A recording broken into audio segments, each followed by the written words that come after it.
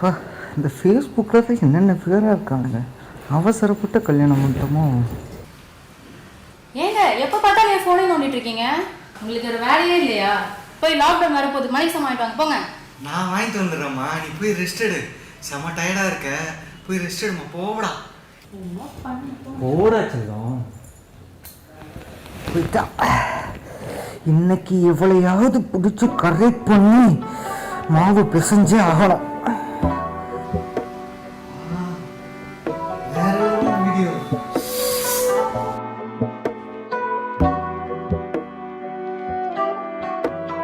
ஓ லைவா? இன்னைக்கு பிரிச்சு மேஞ்சிட வேண்டியதா.